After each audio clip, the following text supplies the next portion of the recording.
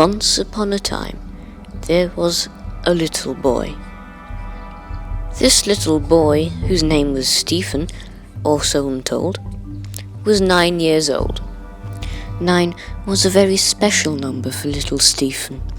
He was born on the 9th of September 1999 at 9:09 in the morning and the afternoon.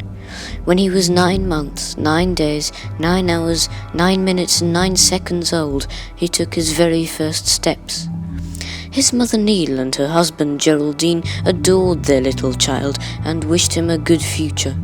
They wanted him to be independent, assertive and kind, to follow in his father's footsteps and become an accountant, to marry Neil's friend's daughter Melissa, to have 3 children, a boy and 2 girls, and to call them Quentin, Vanessa and Tracy.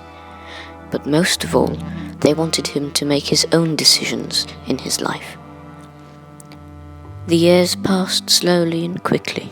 As Stephen grew, he went to school and made amicable friends with his teachers. From this young age, he was already clearly diligent, respectable, and absent-minded. But we are deviating, dear ladies and gentlemen. We are sorry. We were starting to seem very adult and immature. We promise that this will not happen again. We must return to little Stephen and at the age of 9, as we left him earlier. Today, Stephen is given a very special present from his uncle Wilhelmina. It is an umbrella, a large, small, medium-sized, round, packed, foldable, open, orange, black, blue, green umbrella. A wonderful and amazing and depressing umbrella. Stephen adored it. It was to him, his sister, his brother, his 4th cousin 3 times removed, his grandfather, his grandmother. Stephen would carry it in the street on his way to school, on his way back home, on his way to the bank, and on his short, long walks. Stephen's parents loved seeing him playing with his umbrella. He would toss it, run around in it, and stab the cat with it, much to his parents' delight. They would brag about their little Stephen's prodigious use of his wonderful, phenomenal, sensational, uninspiring and disappointing umbrella. Oh dear, we became very adult again. Now we are going to tell a story of what happened one day to Stephen and his umbrella. On this day, Stephen was playing with his umbrella like he always did, when the sly cat pranced silently into his room. It hid in the cupboard and listened to Stephen playing with the umbrella. It had a plan. It had a very nasty plan. Stephen didn't know about the cat, and it came as a complete surprise to him when suddenly the cat jumped out of the cupboard and pounced on Stephen and the umbrella. Stephen cried out loud, and his parents rushed to save him, and more importantly his umbrella. But when they got to his room on the 5th floor, it was far too late. They were angry at the cat. They were so angry that they threw the cat out of the window and into the garden. The cat was very hurt and very sad. It was more hurt and more sad when it thought about what it had done. It had only wanted to teach Stephen a lesson, but now it was stuffed with regrets and all alone in the garden. 9 days later, Stephen's parents took him to the hospital, where he was saved. As soon as they could, they brought him the umbrella. Stephen was delighted when he saw his umbrella, but now it seemed lifeless and sad. Stephen didn't know why. But Stephen didn't know a secret. The umbrella had been in a conflict of its own. You see, it was a very loyal umbrella, and it loved Stephen and wanted to protect him at all costs.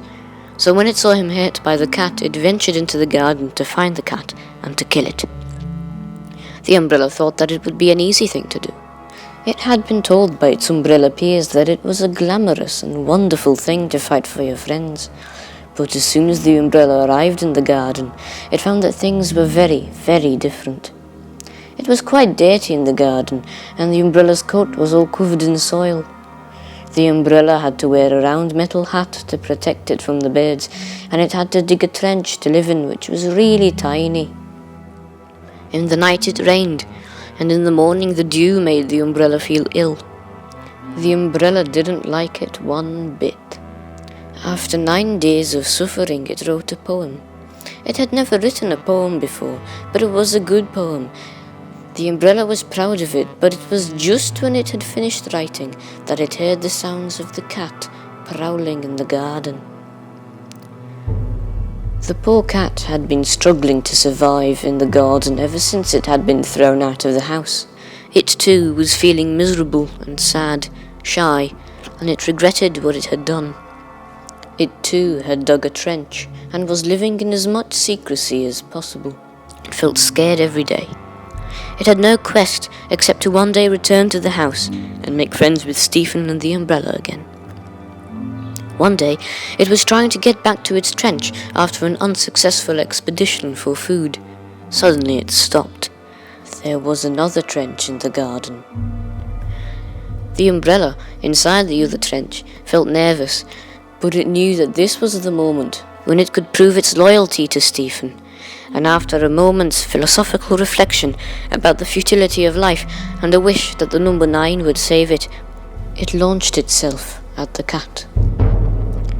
The cat was shocked and surprised when the umbrella appeared out of nowhere and attacked it. Its instinct told it to fight back, and so it did, but it soon regretted having done so. You see, a cat is stronger than an umbrella, whether it wants to be or not. After some moments, the umbrella lay lifeless on the flower bed. The cat ran away. It found a house some 9 miles away, got adopted, and lived the rest of its life in peace. Stephen and his parents, however, never lived in peace after Stephen discovered that his wonderful and depressing umbrella was no longer alive.